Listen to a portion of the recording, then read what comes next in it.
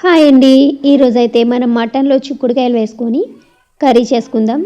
మామూలుగా చిక్కుడు గింజలు కూడా ఎక్కువ మంది వేస్తారు. చాలా టేస్ట్ ఉంటాయి. నేనైతే చిక్కుడుకాయలు మొత్తం వేస్తున్నా. ఓన్లీ గింజలు కాకుండా. ఎప్పుడైనా ట్రై చేసి చూడండి. మటన్‌లో ఓన్లీ ఇవే కాకుండా మేతి, ఇంకా దోసకాయ ఇలా ఏవైనా వెజిటేబుల్స్ అవి వేసుకొని తింటే మనకి హెల్త్‌కి కూడా మంచిగా ఉంటుంది కదా! టేస్ట్ కూడా ఒక రేంజ్‌లో ఉంటుంది. అదిరిపోతుందనమాట.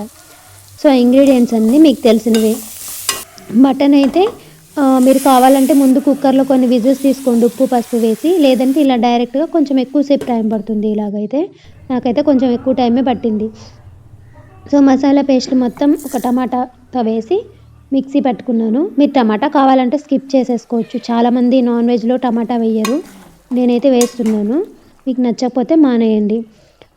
అన్నీ వేసేసిన తర్వాత ఉప్పు, కారం అవి మీ టేస్ట్‌కి సరిపడగా వేసుకోండి. మటన్ అయితే బాగా కుక్ అవ్వాలి. ఇప్పుడైతే చిక్కుడుకాయలు వేసుకుంటున్నాను. కొంచెం కుక్ అయిన తర్వాత చిక్కుడుకాయలు వేయండి. ఎందుకంటే మటన్ కన్నా చిక్కుడుకాయలు తొందరగా కుక్ అయిపోతాయి కదా! అందుకనేసి ముందే వేశారంటే చిక్కుడుకాయలు మొత్తం మ్యాష్ అయిపోతాయి.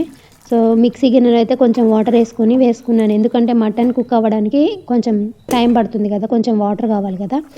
సో, అలా మొత్తం కుక్ అయిపోయిన తర్వాత ఉడికిందా లేదా చూసుకోండి. చూసుకున్న తర్వాత మసాలా పొడి అయితే ఆల్రెడీ వేసేసాం. నేనైతే ఇప్పుడు ధనియాల పొడి వేసేసాను.